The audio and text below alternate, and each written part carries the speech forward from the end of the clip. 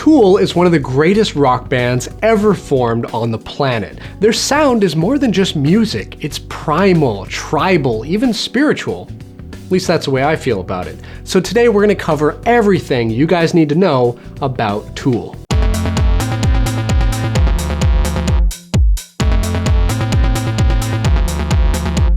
Hey friends, welcome to Eyezz. I'm Jarrett and today we're going to discuss 10 facts about Tool, and trust me, you guys are going to learn a lot in this one video. But before we get to all that, I just want to give a big shout out to the sponsor of this video, Vinyl Moon. Thank you so much for sponsoring this video. And it's because of Vinyl Moon and other sponsors like them that I can keep making awesome videos for you guys on this channel. Now, you might already know about Vinyl Moon, but for those of you who don't, you can watch this video I made, which gives you a nice overview of what they're all about. But basically, they deliver awesome colored vinyl record mixtapes to your door every month. So every month you get 10 new songs, each by a different artist, on every record release. It's really cool, and the artwork is freaking gorgeous. And one of my recent favorites is Volume 12, Still Life, because the record looks like the ocean, and the music is also incredible. So if you guys want to check them out, I'll have their link down below. Alright, now let's talk about Tool. Well, Maynard Keenan, the lead singer of Tool, just came out with a new book called A Perfect Union of Contrary Things. And basically, it's a 320-page biography of his life before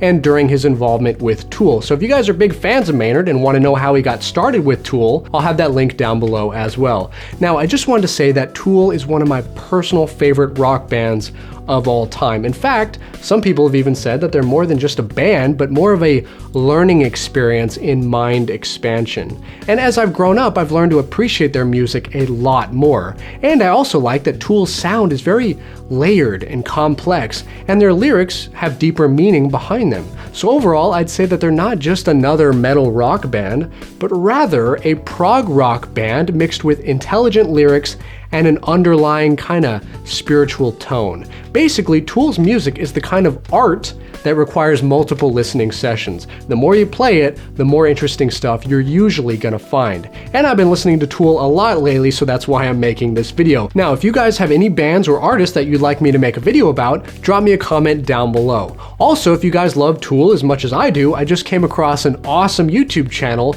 dedicated solely to Tool called Tool Archive, which has hundreds of Tool-related videos, including full concerts, interviews, behind the scenes, and a ton of other Tool-related stuff, so you guys should definitely check them out. Alright, now let's get right down to it. Here are 10 facts about Tool. Number 10, the meaning behind Tool. Tool officially formed in 1990 in Los Angeles with their 4 original members. This included Maynard Keenan on lead vocals, Danny Carey on drums, Paul Diamore on bass, and Adam Jones on guitar. Now, their band name, Tool, according to Maynard, has a couple of different meanings. The first is that they want their music to be used as a type of abstract tool to help you achieve whatever it is you're trying to do in your life. And on top of that, they also want you to discover a deeper awareness of your own mind and its potential. Okay, now the second meaning is of a physical tool, like a wrench, that's shaped like a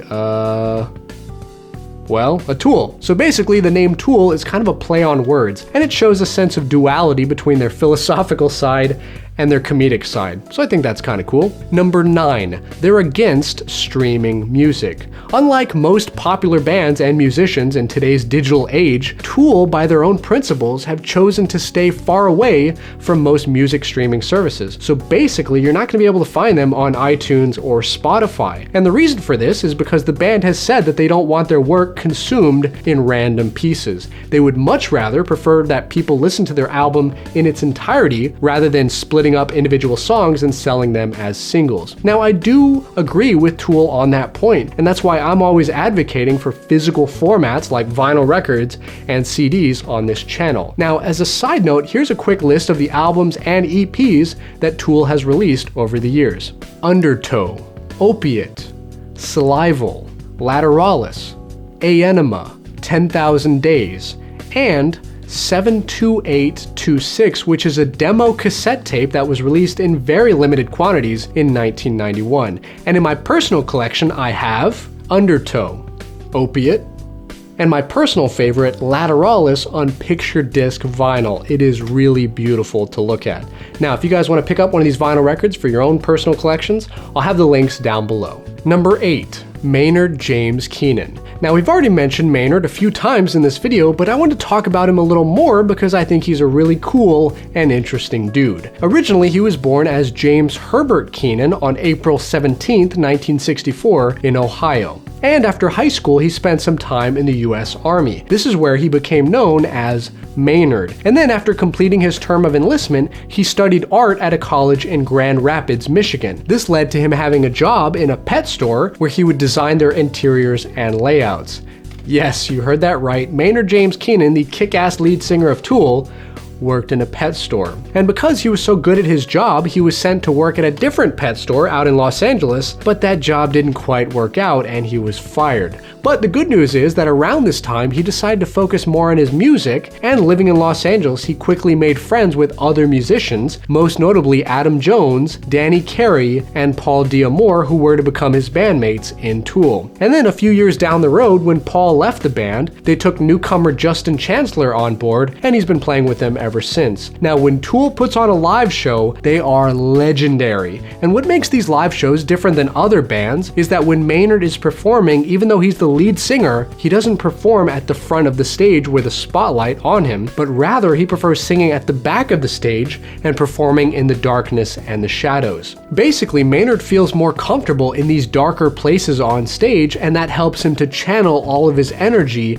into the music. And that's why his singing is so awesome. I guess every artist has their own creative method. Now, in addition to his work with Tool, Maynard also performs with his two other bands, A Perfect Circle and Pussifer, so he stays pretty busy. Now, a few more facts about him that you might not know. He's a huge fan of the comedian Bill Hicks, which is why Tool dedicated their album A-Enema to Bill Hicks. And speaking about his religious views, although Maynard was raised Southern Baptist, later on in his life he began to dislike organized religion. Now, the last thing I'll say about Maynard is that in addition to all of his musical success, he also owns his own wine label. Check it out. Jerome, Arizona might not be where you'd expect to find a man whose band has sold millions of records, but after growing up in small towns in Ohio and Michigan, Keenan says it just felt right. Are we full up on mangoes? I've traveled around the world quite a bit. I'm from a small town and just kind of ended up in a small town. I lived in LA for a while. That wasn't really my cup of tea.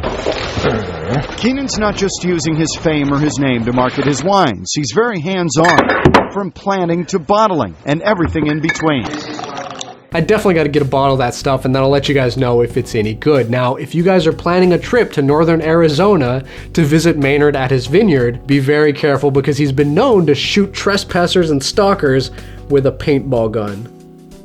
Number 7, Alex Grey. Alex Grey is an amazing visionary artist, painter, and author who has collaborated a lot over the years with Tool. In fact, it's kind of hard to make a video about Tool without mentioning Alex Grey's contribution. And it all started when Adam Jones, the lead guitarist of Tool, reached out to Alex Grey after seeing his work at an exhibition in Santa Monica. And then, as Alex Grey described, years later, him and Adam Jones struck up a friendship that has resulted in millions of people worldwide seeing his artwork through the band Tool. And this is because Alex Grey's talent has been featured throughout many of Tool's album artworks, most importantly Lateralus, which was that super cool picture disc vinyl that I showed you guys a little earlier, and also 10,000 Days, which was the artwork that I chose specifically for the thumbnail of this video that you're watching right now.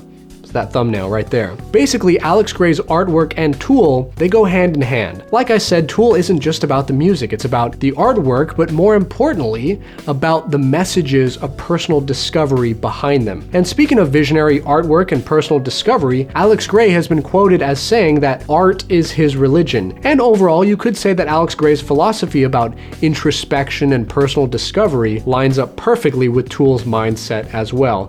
And here's a cool clip of Adam Jones talking about how much he likes Alex Grey's work. I'll see a painting or something that he's doing, and there's something there that's, you know, getting me on the inside and drawing me in, and I like that. It kind of fuels my fire to do something creative. So as you can see, Tool and Alex Grey go perfectly well together. Number 6, Tool's legal issues. Speaking of artists, back in 2007, a friend of Adam Jones named Cam DeLeon, who is another artist who created some of Tool's early artwork, filed a lawsuit against Tool claiming that he wasn't properly compensated for some artwork that he had made for them in the past. And then, to make matters even worse, Tool's insurance company, who they had hired for the sole purpose of defending them against bogus lawsuits like this one, ended up also suing them, which made everything even more frustrating and confusing. So clearly Tool had their hands full with this multi-level lawsuit. And during this time, the band was held back quite a bit. In addition to dealing with these lawsuits and going on tour, it was very hard for them to work on new material. However, last year in March 2015, after 8 long years of dealing with this legal nightmare, a judge named Randy Rhodes ruled in Tool's favor, and just like that, the multi-level lawsuit was finally over. So now the band can get back to doing what they love most, making music. Number 5, Adam Jones. Just like Maynard James Keenan and Alex Grey, Adam Jones is also a huge creative force behind what Tool is all about. Now, we've already talked about how Adam is the main guitarist of Tool, but in addition to music, he also has a background in film, art, sculpture, and special effects. In fact, he's even worked on the films Ghostbusters 2, Predator 2, Jurassic Park, Terminator 2, Dances with Wolves, and even Nightmare on Elm Street 4 and 5. So he basically did a lot of special effects work in Hollywood before he started Tool. And his skills with claymation and stop motion photography have been featured in many of Tool's most popular music videos, including Sober, Prison Sex, Stinkfist, Aenema, Schism, Parabola, and Vicarious. And overall, Adam also handles Tool's art direction, and as we discussed earlier, he collaborates with Alex Grey on a lot of the artwork associated with the band. So basically, Adam Jones wears a lot of hats. He's Tool's guitarist, music video director, and art director, and he does a damn good job. Number 4, Lateralus. Okay, now this one is kind of weird, but also important in the history of Tool. So there's a very strange rumor floating around about how all 4 members of the band are lateralologists. And lateralology literally translates to the study or science of crying. And it's also the belief that only through pain, both physical and emotional, can one grow and move on to a higher level of being. Now here's another interesting point. Lateralology is not an established science. In fact, the only people that have talked about it are the members of Tool themselves, specifically Maynard James Keenan. He claims that a book exists about lateralology written by a guy named Ronald P. Vincent, but he claims that this book is very rare and it's not even registered by the Library of Congress. Check it out. Adam actually discovered lateralology about a year before I met him in LA. And he got a hold of a book, and I ended up finding another copy in a small bookstore, but we haven't been able to find any copies since. Okay, now although some people think this book actually exists, I'm gonna go on record here, going on record, pun totally intended. So I'm gonna go on record here and say that I highly doubt it. In fact, I think there's a much simpler explanation behind this whole lateralology idea. And that explanation is that Tool is basically poking fun at Scientology, which was founded by L. Ron Hubbard in 1955. If you compare them side by side, they sound almost identical. Scientology, lateralology. L. Ron Hubbard, Ronald P. Vincent. They both have Ron in their name. Also, if we look at the lyrics of the Tool song Aenema, it says quite clearly, quote, F. L. Ron Hubbard and F. all his clones. So clearly Maynard isn't the biggest fan of Scientology, and it seems to me that this whole rumor was basically an inside joke among the band members of Tool. Number 3, Lateralus, Fibonacci, and the Holy Gift. Okay, now this one's really complex, but stay with me here on this one, okay? Don't click away. This is really interesting stuff. Lateralus, as we mentioned earlier, is Tool's 3rd studio album that was released in 2001. But Lateralus is also the title track of the album itself. This 9-minute song is very interesting, and a lot of Tool fans have wondered about its deeper meaning. Now, in addition to it being an awesome rock song in general, Lateralus also seems to have a mathematical significance. Specifically, it lines up very well with the Fibonacci sequence. Now, the Fibonacci sequence is when you take a starting number, like 1, and then the next number in that sequence is the sum of the two numbers before it. So for example, we start with 1. 1 plus 0, because there's no other number before that, equals 1. Okay, so we got 1, 1. Then we add both together, which gives us 2. So 1, 1, 2. Then we add 2 plus 1, and that gives us 3. Then 3 plus 2 gives us 5. Then 5 plus 3 gives us 8, and so on forever. So here's the beginning of this Fibonacci sequence. 1, 1, 2, 3, 5, 8, 13, 21, 34, 55, 89, 144. Now here's the cool part. If you count the syllables of the lyrics during Lateralus, you'll see that they correspond perfectly to these Fibonacci numbers. Isn't that cool? Now, whoever first noticed this must have had a lot of free time on their hands, but I do think that there is definitely something going on here with the Fibonacci sequence in this song. The biggest evidence I have for believing in this whole Fibonacci thing is that if you graph those Fibonacci numbers with little blocks whose side lengths correspond to their number. So for example, number 1 is 1 square block, number 2 is 2 square blocks, number 3 is 3 square blocks, 5 is 5 square blocks, etc. You get the point. Then eventually you get a little graph that looks like this. Now the cool thing is that if you then draw circular arcs connecting the opposite corners of the blocks, you get what's been called the golden spiral, or what geometry calls the golden ratio. And the golden ratio can be found in many places in nature, for example, a nautilus shell and even our Milky Way galaxy. So basically the golden ratio is this idea that spiraling out can create beauty. And in the lyrics of Lateralus, Tool specifically says, quote, "To witness the beauty, to bathe in the fountain, to swing on the spiral, to swing on the spiral, to swing on the spiral of our divinity and still be a human." And then it ends the song with, "We'll ride the spiral to the end and may just go where no one's been. Spiral out, keep going." Pretty neat, huh? Now on top of all of this, some people even believe that if you rearrange the track order of the Lateralus album according to these Fibonacci numbers, then you'll hear the true message of the album. And that new arrangement has been called the Holy Gift. So if you guys want to hear what that secret album sounds like, I'll put the link to it down in the description below. Number 2, Wings for Marie. This next fact is a little sad. When Maynard James Keenan was 11 years old, his mother, Judith Marie, had an aneurysm which left her partially paralyzed and bound to a wheelchair. She then struggled for the next 29 years of her life before passing away in 2003. Maynard was very close to his mom, and this event deeply affected him. Now, he was able to channel this grief that he felt into Tool's last official album, which is 10,000 Days, because 29 years adds up to over 10,000 days, and that's why they decided on that title for their album, as a kind of tribute to Judith Marie. So this is by far Tool's most personal creative work. And on top of that, there are 2 songs on the album that are a direct reference to Maynard's mom. The first is Wings for Marie, which is part 1, and then the song 10,000 Days, which is kind of like part 2. And knowing the backstory behind those 2 songs, you'll never listen to them the same way again. It's really heartbreaking. Now, Maynard also has a song called Judith with his band A Perfect Circle. And speaking of Judith, he even dedicated a special wine from his vineyard to his mother. Check it out. This is the first bottling of Negual del Judith, Cabernet Sauvignon from Yavapai County, Arizona. Judith is named after my mother, Judith Marie. She passed away several years ago. She was an invalid for almost 30 years. She had an aneurysm when she was about 31. Left her paralyzed on the right side of her body, and so she couldn't really do a lot of traveling, couldn't do much of anything really. Our first year, we're only doing about 100 cases of it. I'm gonna pull the first one off the bottling line and stick it away.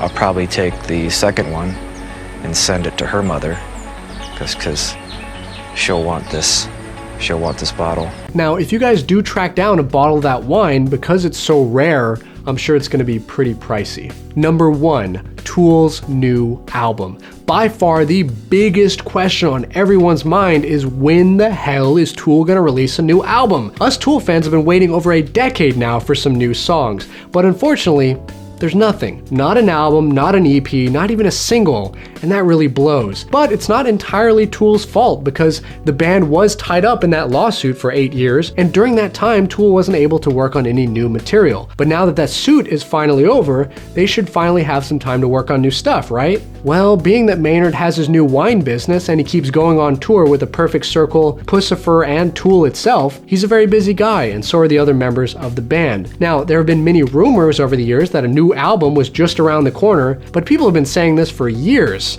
so who really knows if it's true or not? Now, what I do think is interesting is that during Halloween of 2015, during a live performance, they played a new song that no one has ever heard, and it was called Descending. I'll have a link to it down below if you guys want to check it out. So basically, this is the first new song in over a decade, which is really promising, but does that mean the new album is near? Well, only time will tell. So in the meantime, just keep listening to Tool's early stuff because they are still amazing. Also, if you guys want to see some kids do some awesome rock covers of Tool, check out O'Keefe Music Foundation's YouTube channel. They have covers of 46 and 2 and also Sober, and they're both freaking amazing. I go back and watch them from time to time. Now, what do you guys think about Tool? Let us all know down in the comments below, and if you like this insanely long video, join the Vinyl Revolution and hit subscribe because I'm going to be coming out with a lot of great videos every week that you're not going to want to miss. Be sure to find me on Facebook, Twitter, Instagram, and more. All my social media links are in the description below. And most importantly, friends, have a great day and keep spinning that vinyl. I had a lot to say in this video because Tool is freaking awesome.